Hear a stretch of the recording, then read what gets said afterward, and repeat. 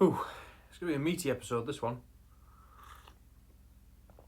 That's why I'm splitting it into two parts. 2 bits of meat. No wrong with that. Hey.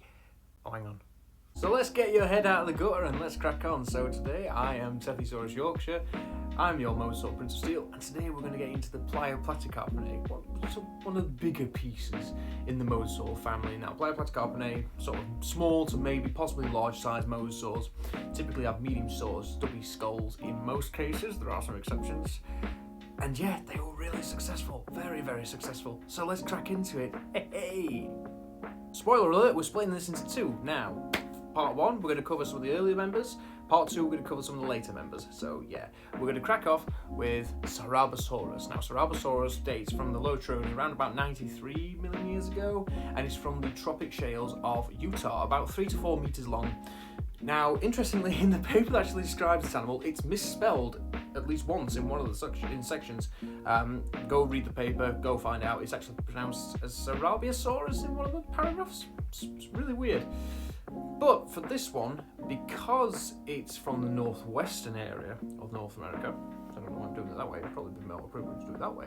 But anyways, we're going to go with the northwestern platycarp. Now, the term platycarp I'm going to use quite often with the Plioplatecarpines, because Plioplatecarp is a bit more, it's a bit more trip over your own shoelace sort of thing. But Platycarp, nice and simple, nice and easy, and is unique to Plioplatecarpinae. So yeah, Sarabosaurus, we have the northwestern platycarp.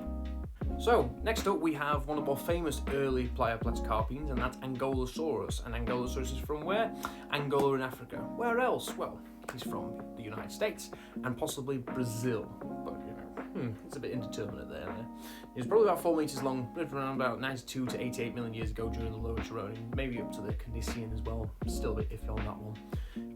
Again, this guy, because he was very widely distributed for an early Plioplatecarpine, I've gone for the name Transatlantic Platycarp. Pretty self-explanatory. This guy just exploded everywhere. Not literally, it'd be a bit naff, wouldn't it, if he just, Anyways, we'll crack on with the next one. Plioplatecarpus. No, he's not a platycarpine with a plesiosaur neck, he's just a regular old platycarpine. Now, this guy lived from the Middle Cretaceous to the Middle Santonian. He seems to have lived in the Niobrara Chalk in Kansas and the Utah Formation in Alabama. Not the Utah Formation, the Utah Formation. It was probably about 4 meters in length, and he's characterized, particularly in his name, for having a flat head. So I've gone for the flat-headed platycarp, and this is going to be quite an interesting aspect to the common naming of platycarpines, is that the fact that they have certain anatomical differences in their skulls. So, Plioplatecarpus, flat-headed platycarp. Next up we have Selmasaurus. Now, Selmasaurus is in its sort of unique own little tribe with a couple of other Plioplatecarpines called the Selmasaurinae, but we'll get into the details as we go along. Now, Selmasaurus johnsoni lived from around about the Lower Santonian, so about 85 million years ago. He was about 3 to 6 meters in length, possibly, and lived in the United States. Now, pretty self-explanatory this one, because this particular genus has quite proportionally long teeth compared to its skull. I've gone for Johnson's long-toothed platycarp, and this is for this species, but with the next species, we're going to see a bit of a difference. And when I say a difference, well, Selmasaurus russellii from the Campanian around about 80 million years ago, from the Morville Chalk Formation. The locality is a bit unknown at the moment. But this guy was probably about 3 to 5 meters in length, and because, again, long tooth, but instead of being named after Johnson, he's named after Russell. So we're going to go with Russell's long tooth platycarp. Pretty self-explanatory. Yeah, pretty self-explanatory there. I mean, Russell's in a lot of these. Russell seems to be very tied to mosasaurs. I mean, Mosasaur Bible. If you know, you know. Okay, so we're going to cover the last genus for this particular part, but it's a chunky one. It's got 5 species in there, potentially 6.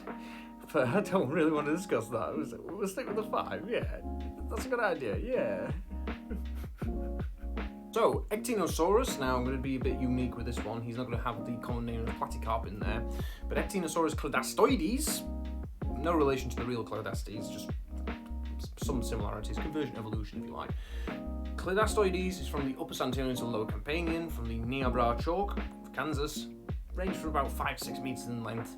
Now, I've gone for the Muskogee word, apologies for the mispronunciation, I've gone for sort of Muskogee anglicising of the word for lizard, so Ectinosaurus is going to be a myco or a myco. So, for example, Ectinosaurus cladostoides, I've called the Midwestern slender-snouted myco. Now, that refers to the elongated snout that Ectinosaurus is well known for, and Ectinosaurus cladostoides, well, he's from the Midwestern area, so Midwestern slender-snouted myco. Pretty good in it, and again, do apologise for any mispronunciations of Muskogee words. I try. Ectinosaurus tilomenectes from the Upper Santonian to Lower Campanian, so again in the Niobrara chalk in Kansas. This guy was slightly smaller, about 4 meters in length, so again, really easy with this one. I've gone for the dwarf slender-snouted myco because he is smaller than Ectinosaurus cladostoides, and he's actually remarkably smaller than a lot of the other species of Ectinosaurus that we're going to cover. So yeah, dwarf slender-snouted myco. Ectinosaurus shannoni from the Lower Campanian of the Moorville chalk in Alabama was probably about 4 or 5 meters in length. Now this guy, interestingly, based on what I've seen, has a slightly broader sort of set head than other Ectinosaurus species. So for this one, I've gone for the broad-headed myco, which also helps me differentiate it from any broad-headed platycarpines that I might be doing in the later video. Yes, I've saved myself there, haven't I? So yeah, broad head, just like me, but not very intelligent. But anyways, we're going to talk about the last one, yeah, Ectinosaurus everhartorum. I wonder who he's named after. So yeah, Ectinosaurus everhartorum from the Middle Santonian of the Niobrara chalk in Kansas, probably about 4 or 5 meters in length, similar size to other Ectinosaurus species. This guy seems to have a bit of a broader nose, a bit of a broader snout in comparison to other Ectinosaurus species. So in which case, I've gone for a bit of a double barrel with this uniqueness of the name. Everhart's broad-nosed myco, because it differentiates him from the broad-headed species and also the slender-snouted species. So it's pretty well, yeah, it's pretty good there. I've not really got anything else to say about that. I mean, yeah.